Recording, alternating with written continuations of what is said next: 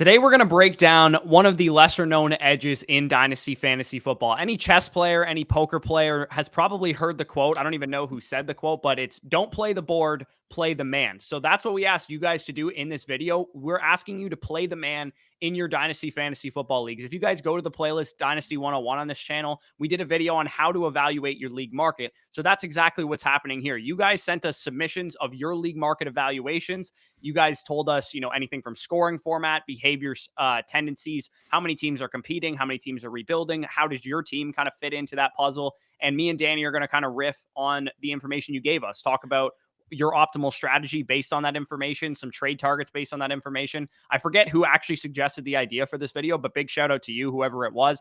It was a good suggestion. So also feel free to leave any other video suggestions down below. So that's basically the nuts and bolts of what we're doing today. Hopefully this will be an interesting exercise, and I encourage you guys to do this for your own leagues and kind of make these assessments yourself. Yeah, 100%. I mean, we talk about the market all the time, the macro market, the micro market, how to balance them. Well, today specifically is dealing with the micro market, like Corey said, of your league. Like Corey said, it's chess, not checkers. You have to be as strategic as possible and learning any type of insight about your league mates, behaviors, tendencies, whatever you can piece together when you're entering a Dynasty Fantasy Football League. All of these resources are going to be able to help you in trade negotiations, deciding whether to contend or rebuild, and all the other fun stuff, all the other fun components that we love about Dynasty Fantasy Football. But I'm ready to go. With that being said, let's get right into it.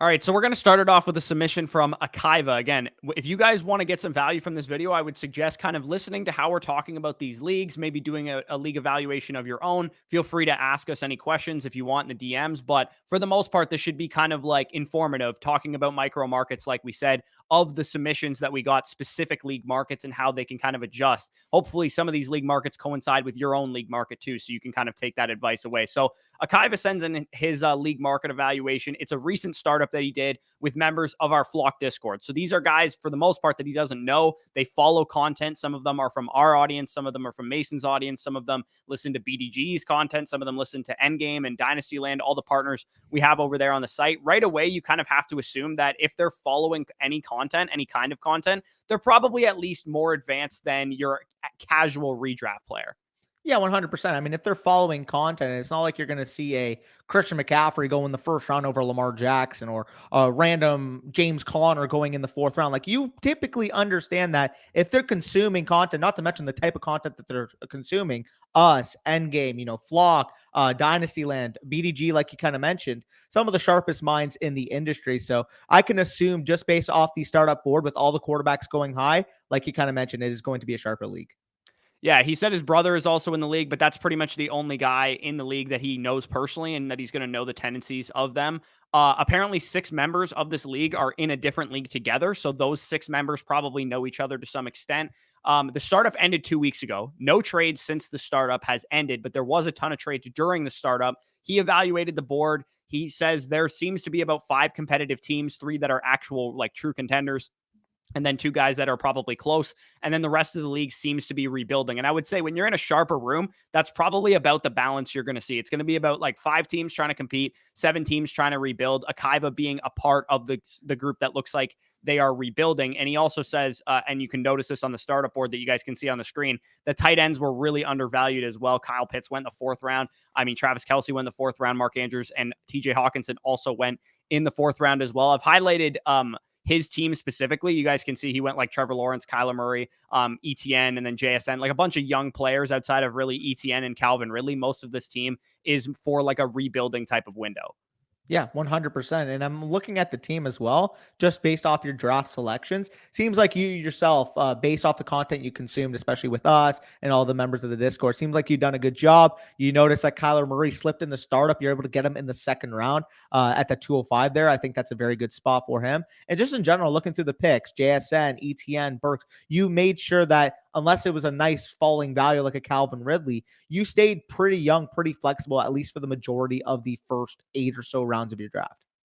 Yeah, and I would say another piece of evidence that says this is probably a sharper league is he did the classic Dalvin Cook got cut. He threw Alexander Madison on the trade block immediately, tried to sell him off for the first round pick. Nobody budged. And in fact, apparently somebody roasted him in the league chat as a result of that. So again, clearly this league is too sharp to fall for the sell high off of the big news tactic, Semantics. because in a Yep. casual league, you could have gotten a first round pick, no problem. Apparently everybody is new to Dynasty though, year one or year two into Dynasty scene, but it's not really showing, at least in what you've kind of outlined in the startup board and that kind of thing. So even though these guys are newer to Dynasty, it doesn't look like they're idiots. It looks like they know what they're doing. He also says, he did an evaluation here. Him and his brother are Giants fans. We have a Vikings fan, a Kansas City fan, a Patriots fan. Again, there's not a ton that you can do with that information, but if it comes down to like you have Madison on your team, shopping him to the Vikings fan might appeal to that guy just because, usually players are impartial to their own favorite teams.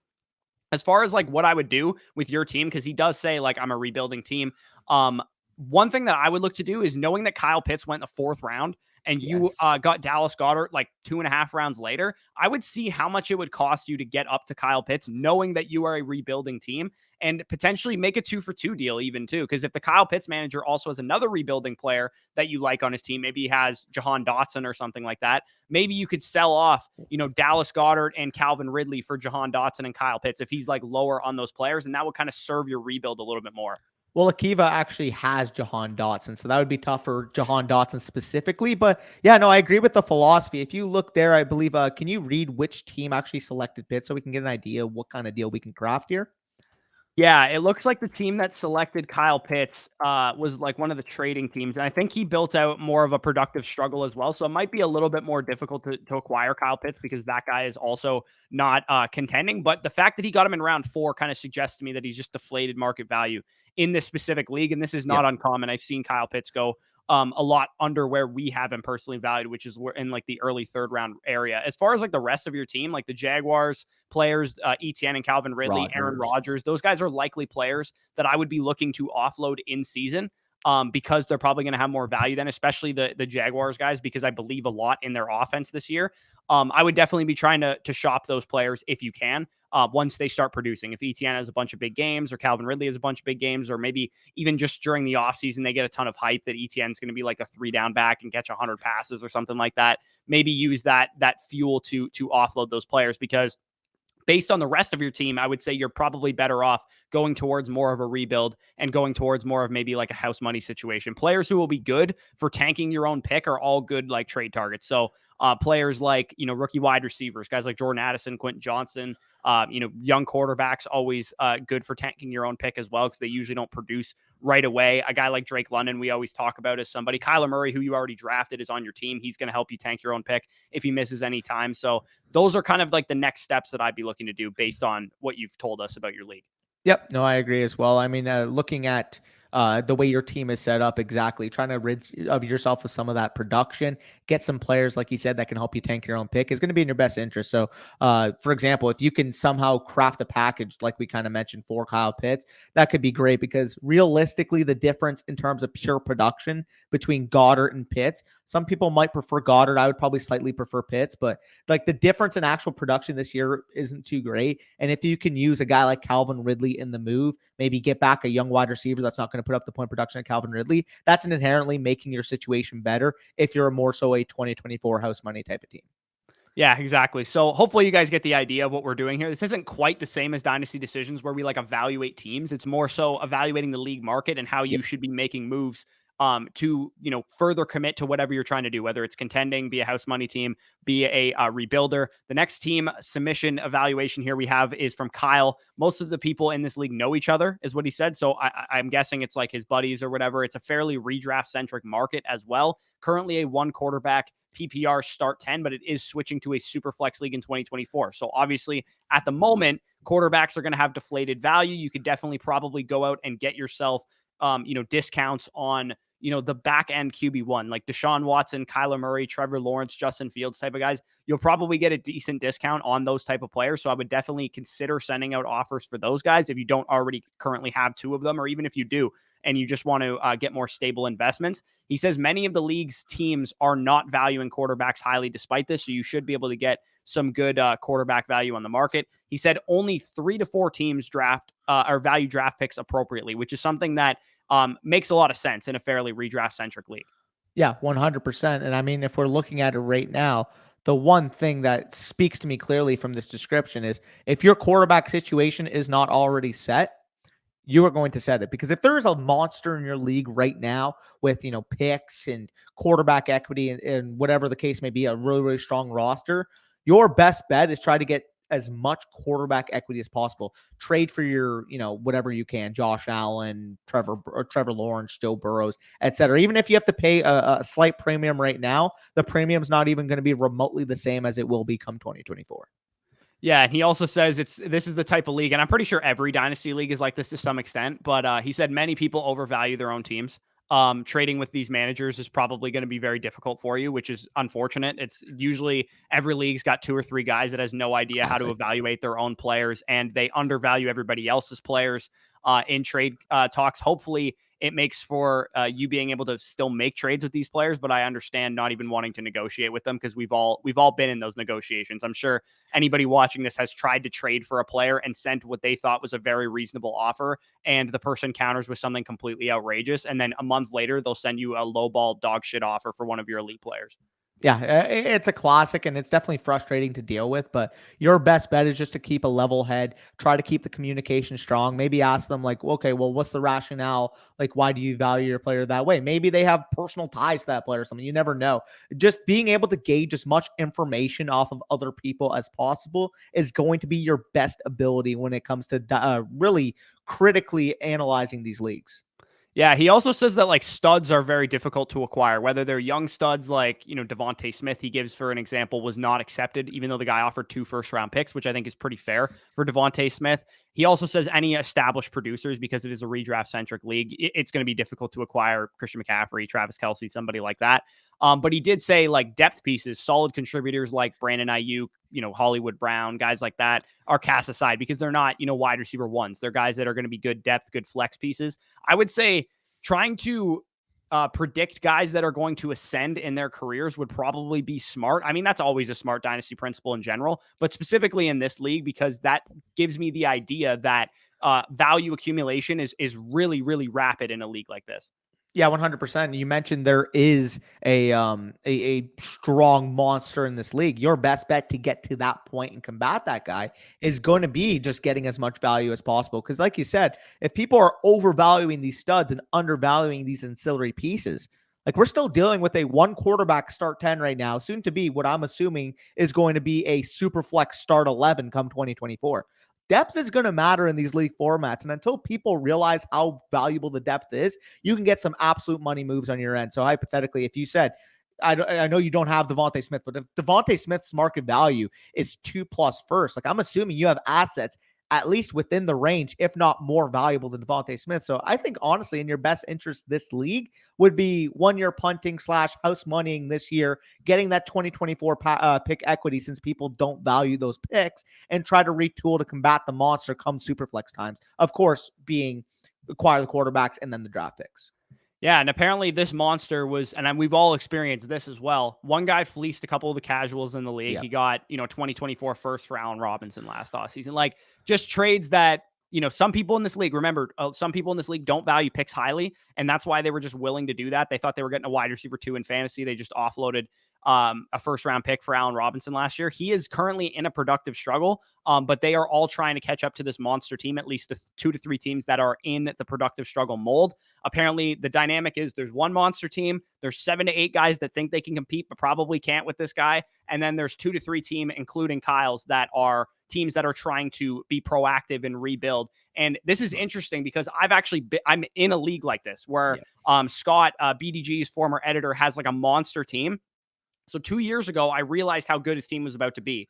And I started rebuilding 2 years ago. And now, come this year, everybody's realizing his team is unbeatable. And I was able to build up my team with a lot of picks in 2022 and 2023. And now we're at a point where everybody wants picks. Like 6 or 7 teams are like, I need to rebuild now because I'm never going to beat Scott. And I was able to sell off like mid-round picks. Like I told you some of the trades I made where I got like Mike Williams, Alexander Madison, and AJ Dillon for like 3rd and 4th round rookie picks because everybody was so obsessed with picks in this league because they realized a year and a half after I realized it that nobody was going to be able to compete with this team. So it's good that Kyle is realizing that this monster is going to run this league for a long time because you're already ahead of the pack. Like at least the 2 to 3 teams that are already rebuilding are ahead of the pack. And these other guys might realize all at once that they need to rebuild.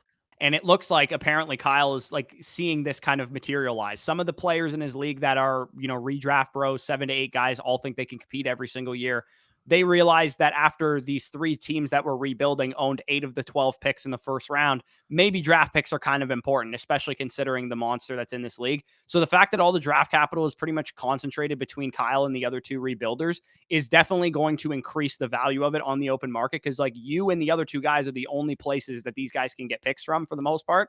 And they're definitely going to have to pay up for those picks. And obviously the monster has his own picks as well, and he's probably going to keep them because he already has a really good team. As far as like next steps, what I would do in this league, I don't know the exact details of his team. I don't know who's on his roster or whatever, but my assumption, he's been following the channel for a while. I'm assuming he knows the principles of rebuilding. Collect the picks, collect the long-term assets.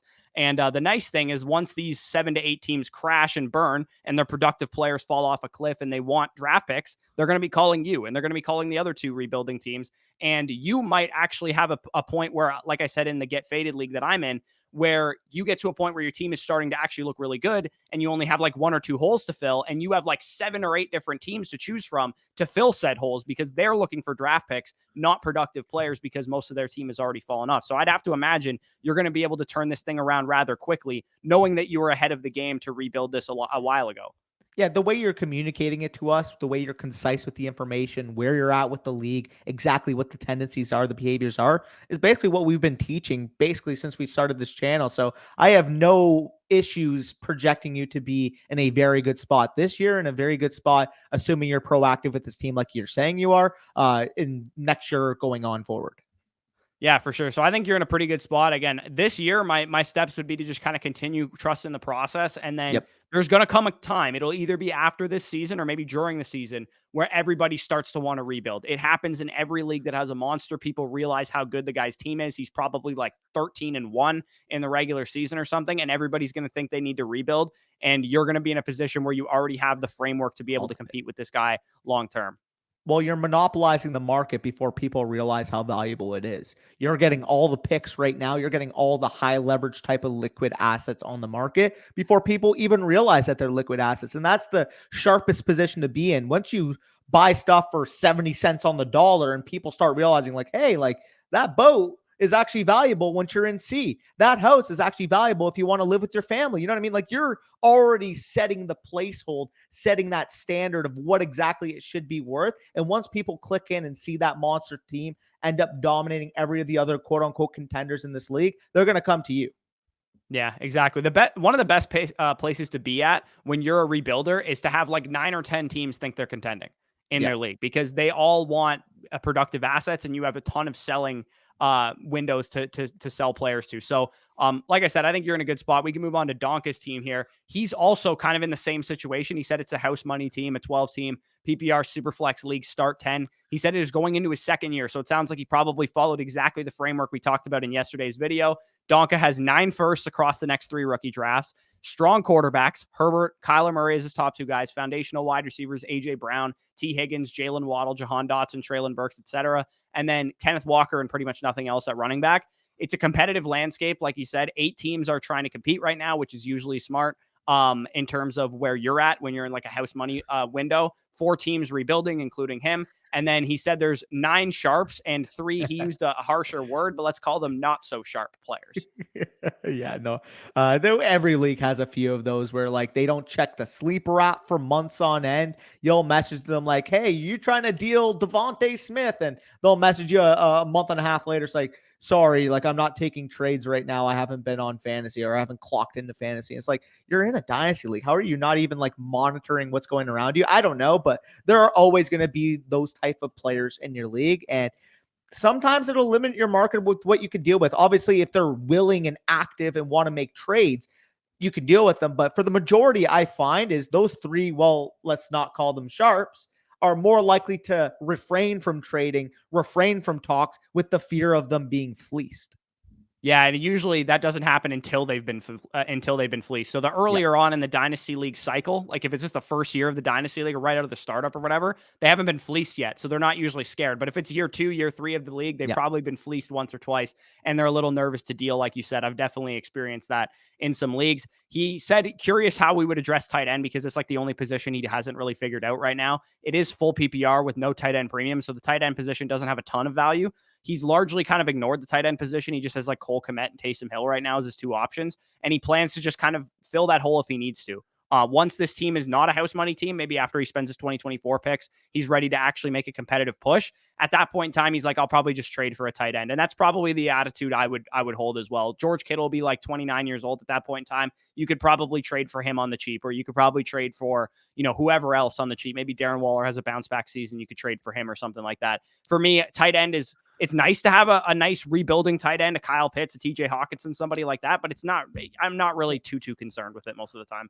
Well, I mean, 95% of the tight end market, obviously you got your, Kyle Pitts types, or like if Michael Mayer has a really good rookie season / Dalton Kincaid has a really good rookie season, like, yeah, you put them there as well. But for the majority of 95% of the tight end market, you are looking for players with good offenses that can give you immediate production. Your TJ Hawkinsons, your Dalton Schultzes of the past. You know what I mean? You're just getting players that can give you a touchdown every other week for the most part. So realistically, if you're not contending and you don't have a Kyle Pitts type or a young rookie type of tight end that can develop, even Freiermuth is probably like the oldest tight end you would kind of want in a quote unquote retooling window.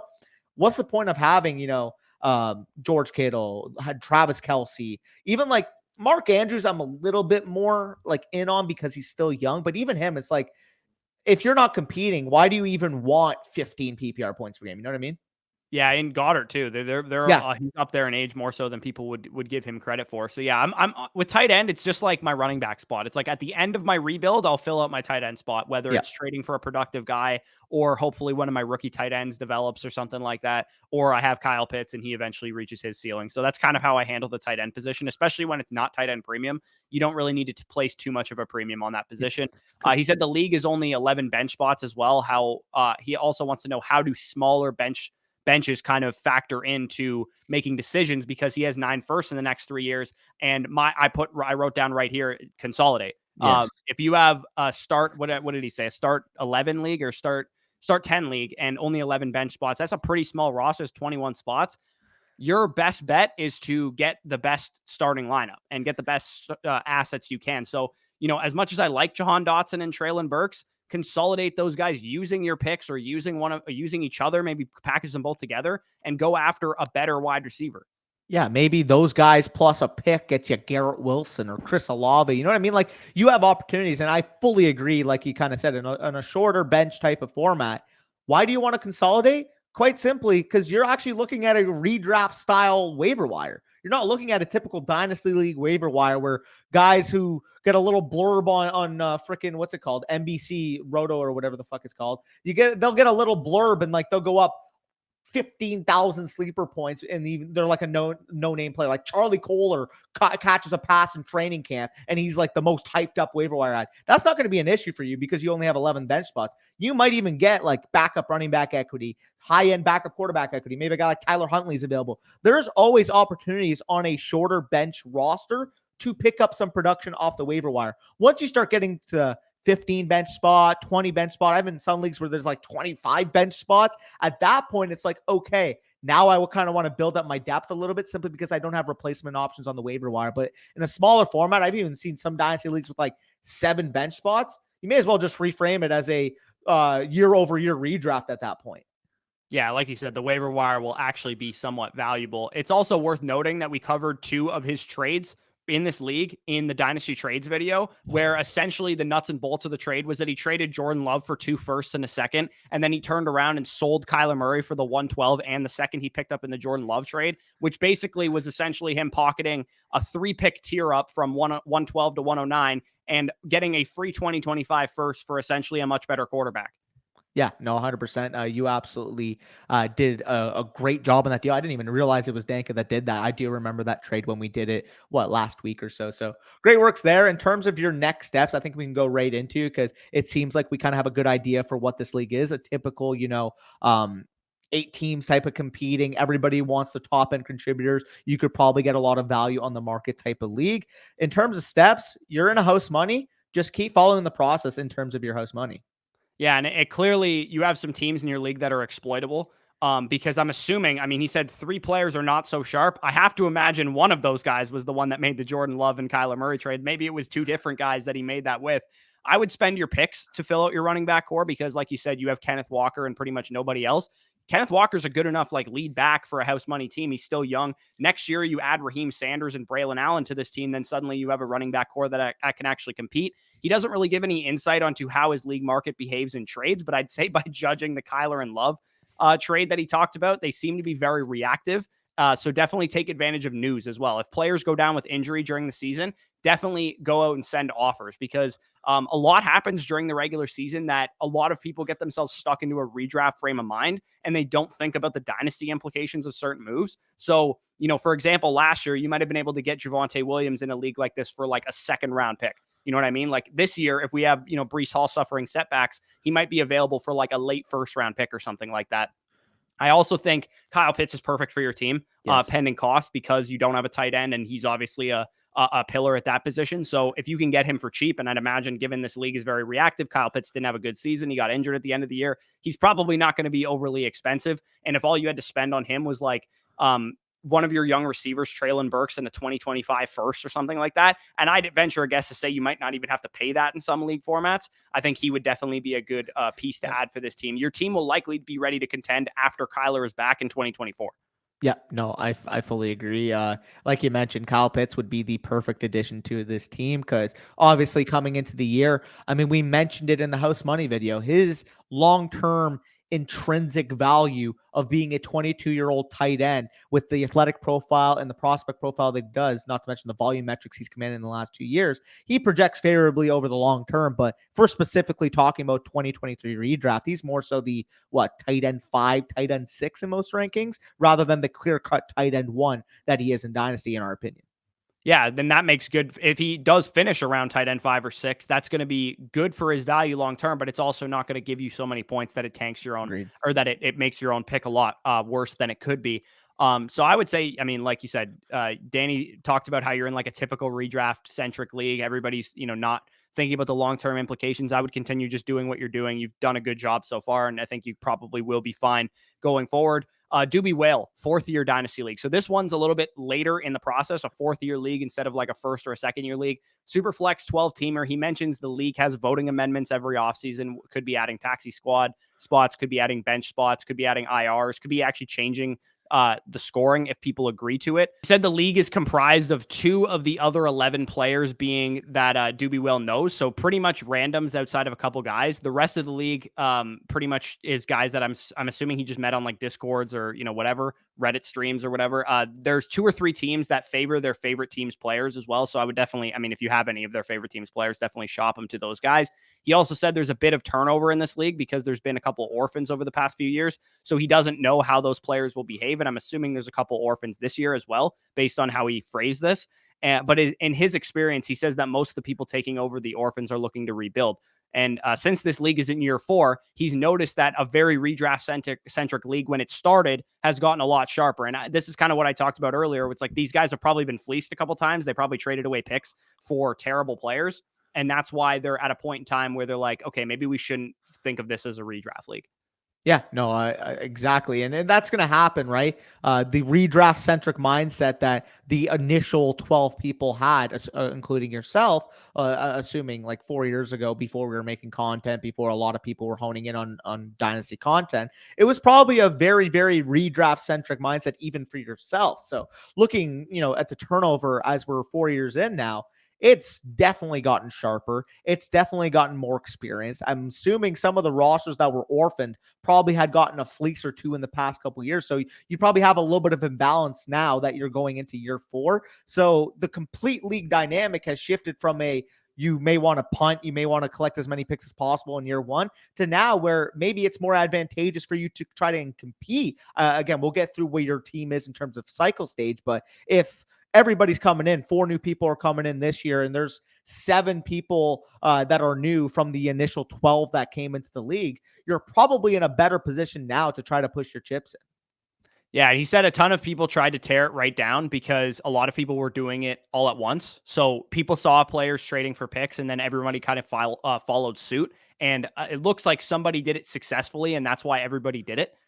Which is definitely not a great thing. He said nobody got good value when they were pivoting off of their productive assets. The league dynamic is now kind of in a big divide where there's like a pretty clear top 4 teams and a pretty clear bottom 4 teams, with the remaining teams kind of as hopefuls, pretty much banking on like the rookie picks hitting. And he said players pay attention to like fantasy Twitter and fantasy news now. So it sounds like this league has gotten a lot sharper since its inception, when everybody was a redraft centric player. He doesn't specifically say where his team is located, but based on what he says here, he said that his team has all of his future picks and he thinks he can contend. So that makes me think that he's probably like a house money situation, or maybe he's caught in limbo, one of those teams that's banking on his rookie picks hitting. So my advice for that would be to pick a side.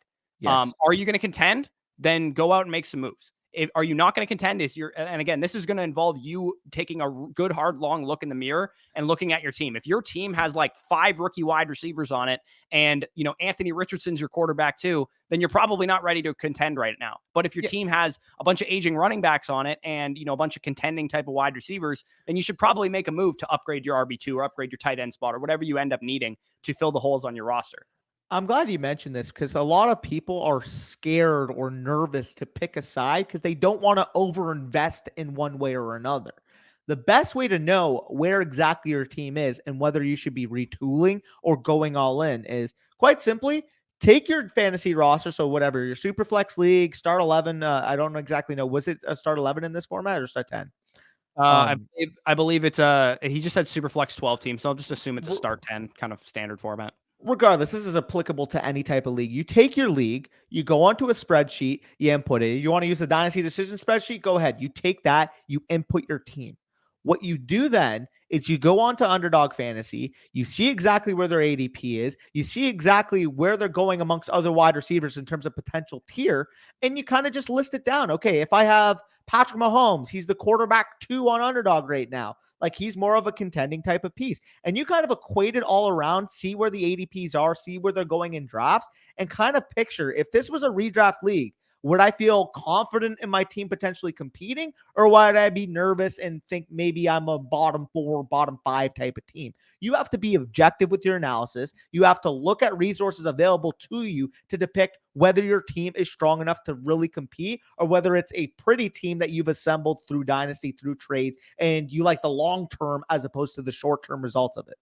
Yeah, and most of the time you'll have like a mix of both, right? You'll have a couple. If you're a team that's caught in limbo, you're going to have like Calvin Ridley and Cooper Kupp, but then you also have Jordan Addison and Josh Downs on the team. So by picking a side, you potentially transition off of either your young pieces for contending pieces or off of your contending pieces for young pieces. You want to actually have your team aligned. You don't want your team to be like, I could compete if these rookies hit. Yeah, 100%. And that's a good example. Like, if you have a strong redraft-centric team, but your quarterbacks are Bryce Young, Anthony Richardson, and Will Levis, you got to pick a side there. Do you want to build around those young quarterbacks and punt a year? Or do you want to say, you know what? Fuck it. I want to try to compete. And at that point, you look at some alternatives. Maybe look at, Dak Prescott for one of those quarterbacks. Maybe look to see if you can add a small piece, get Deshaun Watson. You have potential transition moves at that point. You want to make sure the demographic of your team aligns, like Corey said. If you have half of your team being 29 to 33-year-olds and the other half being 23 and under, you're simply just doing it wrong. Yeah, and some people think like, oh, well, when my older players get older, my younger players will step up. But like, you're better off just consistently in limbo. Whatever strategy you're applying. You're better off enhancing your rebuild by going all young, or enhancing your contending window by going all production. Yeah, because everybody and their mother, from a building perspective, wants a team that can win year one, but can have sustainability. And that usually comes out of the startup. If you perfect your startup strategy, if you perfect your trade strategy, that's how you kind of get to that point. But once you're in a league and you're in your 4th year in this league, you kind of start have to taking some risks. You got to start basically being completely objective with yourself. Because if you've gotten to year 4 and no real monster has kind of materialized, typically it's hard by that point for monsters to start materializing.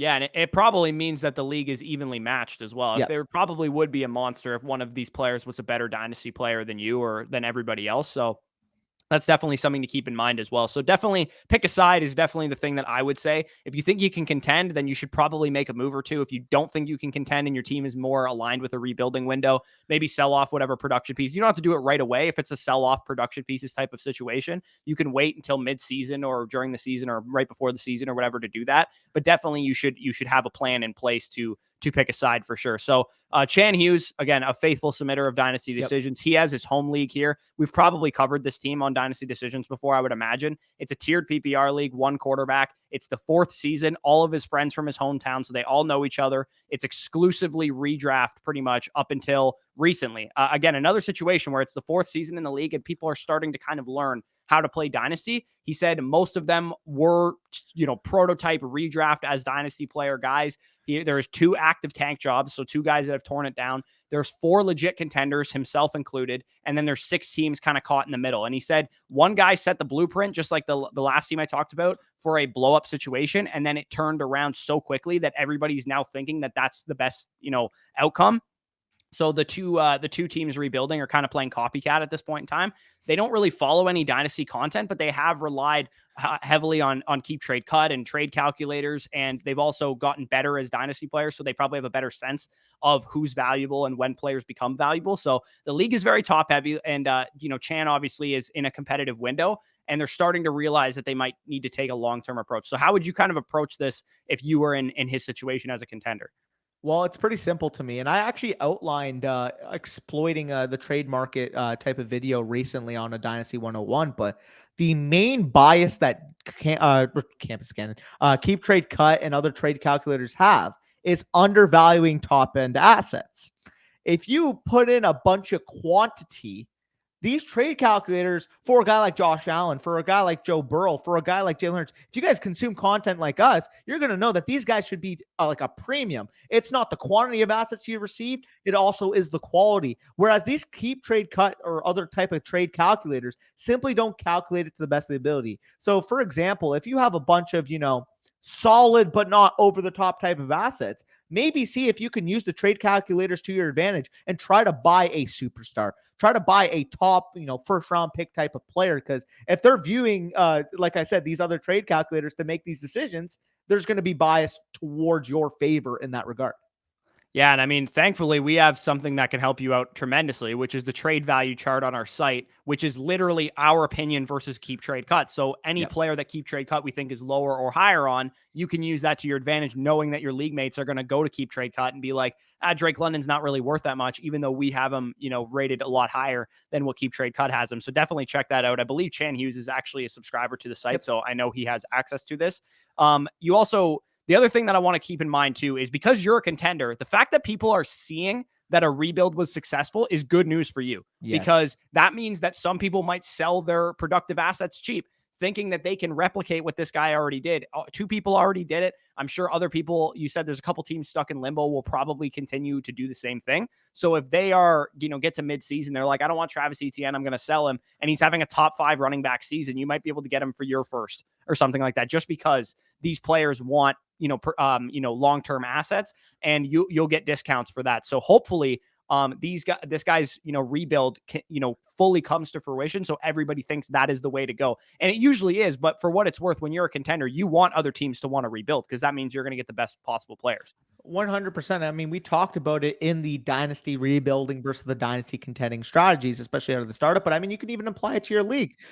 Anytime that you can quote unquote go against the grain of where the league is kind of leaning is going to give you an advantage, because on an even surface level playing field, a rebuilding team versus a contending team both have their advantages and disadvantages. But if 8 of the 12 people are leaning one way or the other, doing the inverse is going to give you more value in the long run. So like you kind of said, if people are fully intent on tearing it down, retooling, a lot of our newer type of principles that we'll bring to the table, at some point you got to realize, like, hey, if I'm only one of 4 teams that can realistically win this league, and people are undervaluing the assets that they're selling, and I have still a couple picks at my disposal, try to see if you can get some cornerstone pieces added to your team and make your contending window even stronger. Yeah, I would say when you're buying cornerstone assets, make sure that they're going to have like more than like a 1 year Yes. window. Like I wouldn't go out and buy like Travis Kelsey because he's so expensive. But Tyreek Hill, Cooper Kupp, Stephon Diggs, Calvin Ridley, those type of guys, they should be viable for the next 2 to 3 years. And I would say wide receivers and tight ends, generally speaking, and other quarterbacks as well, more so than like running backs that are aging, is the type of guys that you'd want to buy. But I'm pretty sure you know that at this point in time. Chan's been following us for a while, so I think he's in a good spot. I think you're definitely going to get some discounts on some production, especially considering you're already contending. I'm assuming you want to beat your other teams that are contending. You don't want those guys getting the production either. So if you realize that some guy goes into your league chat and he's like, hey, I'm a third guy comes out of the woodworks. He's like, hey, I need to tear it down. My team's caught in the middle or whatever, and he throws up Cooper Kupp and all these guys, George Kittle or whatever, on the trade block, then definitely send out some offers if you have your own picks and that kind of thing, because those guys are really going to help your team. And then you also block your team, your other contending league mates, of getting those players too. Well, like I kind of mentioned, I talked about some of these trade secrets on the past video, but that's one of the key ones, is not waiting until he does that, but just casually checking in on teams in your league, kind of seeing how they're doing. Like, what are you planning? Like, I noticed like you're strong at this position. Are you competing? Are you looking to retool? Just get as much insight as possible so that once you want to go and grow on that relationship and talk about, hey, listen, like I'm trying to contend. If you're not fully content on contending this year, I'd be willing to buy X player from your roster, because you develop that foundation and that relationship with them, and they know that you're coming at it from a genuine perspective of trying to better both sides. They're far more willing to negotiate the trade offer with you than the so-and-so in their league, in your league, that sees someone on the block and just sends a cold offer. Like, that is the biggest misconception I find with a lot of people. Is you'll even see on Twitter, people will be like, I have no obligation to talk with you about my trade. I'm sending cold offers. If you reject, cool. If you accept, cool. I love talking about it. I love communicating exactly what the mindset of other people in the league are, because getting as much information as possible should not be viewed as a negative. Yeah, and I've actually, you've probably experienced this too. I've full out convinced someone that they can't compete before in the trade negotiation. I've been like, hey, I'm looking for this contending piece, and not like maliciously. I'm just like, hey, your team's kind of caught in limbo right now. Like, I'm offering you this. It can really help you in a rebuild, help you kickstart it. And you're the person that kickstarts their rebuild. And then they're more willing to give you some of their better assets and that kind of thing before they're picked clean. And the rest of your contending league mates obviously are going to be a little annoyed by that, because you got their Cooper Kupp or their whatever asset is going to be very productive for your team. That's going to happen, but genuinely building these relationships in your league is going to afford you more opportunity in the long run. And again, like Corey said, nothing malicious, nothing like, oh, I plan on taking this guy to the witch. Like, no, like if you see genuine scenarios where both parties can benefit, which should be the idea in every single trade that you do, regardless, if you've already built that trust with someone, they're far more willing to come into negotiations with you without being scared of you potentially having a fleece mentality. Yeah, exactly. You never want to have the fleece mentality. We just like to quietly fleece people, ideally, where we helped their team, but we got a great deal out of it as well. Is basically the goal of the Both trades sides are that you're trying to satisfied. make. Yeah, both sides are satisfied. So Panya is the last team of this video. He just did a startup. So, recently just did a startup, Superflex 2 tight end premium, insane priority on young receivers and young quarterbacks, probably a sharper room. That sounds like something we would do, and sounds like the boards that we see in a lot of our startups as well. It is a 2 tight end point premium in this league, but still the top 4 tight ends fell really late after an insane run of wide receivers. So, I mean, my first suggestion would be definitely go and send offers for those tight ends, depending on where you're stuck at. If you're a contending team, go out and send offers for Mark Andrews. If you're a rebuilding team, go out and send offers for Kyle Pitts. He said in this league, the league dynamic is that there's 2 real contenders. There's 2 people who sold their future picks, but teams are not structured very well. So they're probably not even contenders, even though their framework is that they look like a contender because they sold their picks. And then there's also one guy who didn't make a pick until round 8. So he obviously is collecting first. He has a bunch of firsts for 2024 and 2025. And then the rest of the teams are kind of stuck in the middle somewhere. Like they're either, on the upper end of the contending side or on the lower end of the rebuilding side. He ended up buying the dip on some running backs. He drafted Travis Etienne and Kenneth Walker in like the mid-5th round because they started to slide. And then he also got some later wide receiver guys that were sliding too. Mike Evans and Mike Williams, I believe he got like the 10th, 11th round area. but he did hold on to all of his future picks. So he's kind of like in a pseudo house money situation. He's trying to contend, but he does have some holes he needs to fill. When I looked at his team, I noticed that he had like Anthony Richardson and Trey Lance behind Jalen Hurts, which is not really a situation that you want to rely on for a contender. And he also has a rookie tight end as a starting tight end with Michael Mayer, and then a couple other rookies at wide receiver. He also had like Quentin Johnson or somebody else in his starting lineup, and then like Josh Downs in his flex. So for me, I'm looking at his team thinking that your best case scenario is probably to just like cash out on the value that you accumulated during the draft. Yeah, 100%. And if people are since you just had this startup, he said, correct? He just had the startup. So he just did the startup. So typically, yes, you got the value on ETN, Walker, Evans, and Mike Williams. You got the value for a reason. People right now are probably unwilling to pay more than what you spent on them. So what I would suggest is quite simply, if you feel like people are below market value on these guys and you can kind of exploit that at a later date, you should be doing it in season.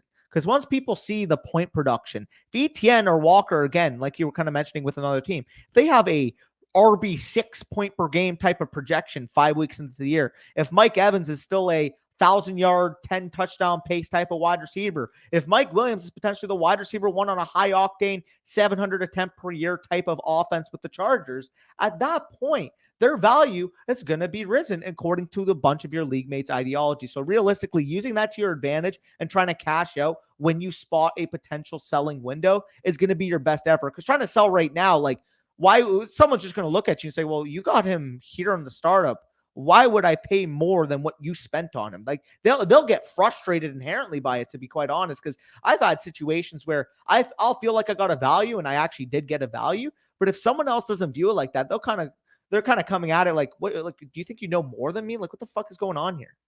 Yeah, exactly. Nobody wants to pay the premium for you getting a free value in the startup. They want you to be proven right first. Like you said, if people don't like Mike Evans this year, and that's why he fell to the 10-7 in your league, which is probably what happened, he's going to need to go out there and prove those people wrong before they buy back into him. And that's fine. If you believe in the player, you clearly thought it was a value, then maybe you'll be right on that and you can sell them off at that point in time. So my initial kind of look at this is the fact that you said there's only 2 real contenders and 2 guys that like sold all their picks. And then the rest of the league is in limbo outside of like one guy that sold all of his startup picks for rookie picks. My inclination is to strip that production, look to be like a house money team this year and sell off those productive assets. And then hopefully come 2024, once those 2 fake contenders have realized their team isn't good enough, you'll be like the 3rd contender along with those 2 real contenders. So that's probably the way I would approach this league. It's a little tougher because it sounds like this room is sharper than most rooms. And maybe that means that a lot of people went with like a balanced approach, but sometimes balanced approaches aren't always the best either. Sometimes you want to, like we said with the other team, you want to pick a side. You want to go either rebuild or type of a contending window. So if everybody has a balanced team outside of the 5 teams that you mentioned, you could use that to your advantage as a full status rebuild. Agreed. And obviously, we always say you want to stay liquid. You want to be open to either position. You also, once you identify what your league market is, like you have already done here, need to be proactive, because there's a saying that we'll throw around, a lot of fantasy creators will throw around as well, but there's win now teams, there's rebuilding teams, and then there's win never teams where you don't know whether to take the step or whether to retool your team. And that's when you're caught in limbo and you spend 5 years of your league where you've never really rebuilt, but you've never actually really contended for a title. And that's 5 years of your league buy-ins completely gone to waste. Yeah, exactly. You never want to be in that situation. You want to pick a side. I would say the side that I would generally lean on this in this league is to try and rebuild. But at the same time, you're probably not going to be able to sell those guys right now. You're probably going to have to wait until the season. And I mean, worst case scenario, ETN and Walker, even though they're running backs, they are still young enough that they're going to have value this time next year, even if you had to wait until after the season, after they have a big breakout season or whatever, to sell them off. So yeah, I would lean towards the side of rebuilding, just given how the league is behaving. Definitely go out and pick a side on in this league market, but I think you did a good job evaluating it. And I think anybody who submitted a league market evaluation, we definitely appreciate the participation in this one. If you guys made it all the way to the end of this video, let us know how you liked it. We could definitely do another one of these if you guys want to submit your own league markets to get personalized advice here. But hopefully, even if you don't intend to submit your own league markets, this was helpful to give you an idea of how to approach your current league, or maybe one of the leagues that we outlined is very similar to your league, and you can kind of just, copy and paste the same advice that we gave some of the other guys in this video. So if you enjoyed, leave a like, subscribe to the channel if you're new around here, leave any comments, any video suggestions down below. Somebody in my DMs today said they wanted us to talk about the strategy around tearing down an orphan, which I think was a good strategy video as well that we'll probably cover maybe tomorrow or later at a different point in time, but we'll definitely get to that. So big shout out to you if you suggested that. If you have suggestions, feel free to leave them down below. If you want our dynasty rankings, if you want the trade value charts that I made reference to, if you want the early 2024 summer scouting series that I'm working on, the running back video should be live on Monday. That is all available, all that stuff on flockfantasy.com. Use the promo code FSC for 30% off. You'll also get first priority to Dynasty decisions, 6 months for free if you sign up annually. And if you sign up annually for a Mother Flocker tier package, you'll get a free Zoom consultation with myself or with Danny, whichever one of us you want to do that with. And we can talk about anything under the sun relating to Dynasty, relating to redraft. Some people commented on the video the other day that they love that the redraft season's getting kicked off. So maybe some people are itching for it. You know, we got mini camps opening up. Pretty soon. The training camps are going to be open about a month from now. So definitely really, really excited for the NFL season. We're getting to a point in the off season where I'm getting a little antsy to see some actual football, see some actual news. I'm excited. I'm so excited just to see the season. Not even like, obviously I want to see my Cowboys and stuff, but just even drafting that first home league redraft team as well, drafting that underdog fantasy team. You know what I mean? Like just the excitement building up. You mentioned hearing all the offseason stuff, all the projections going into the year, making your bold takes for who you think's going to break out. I mean, there's no time like it. Yeah, for sure. And if you want to get some early drafts in, of course, head on over to Underdog Fantasy and use code FSE. If you haven't already signed up over there, you get 100% back up to $100. You can get some Best Ball Mania 4 drafts in, get some puppy drafts in. They have other sports as well. A ton of content over there if you want to check that out. So with that being said, peace out, and we'll talk to you soon.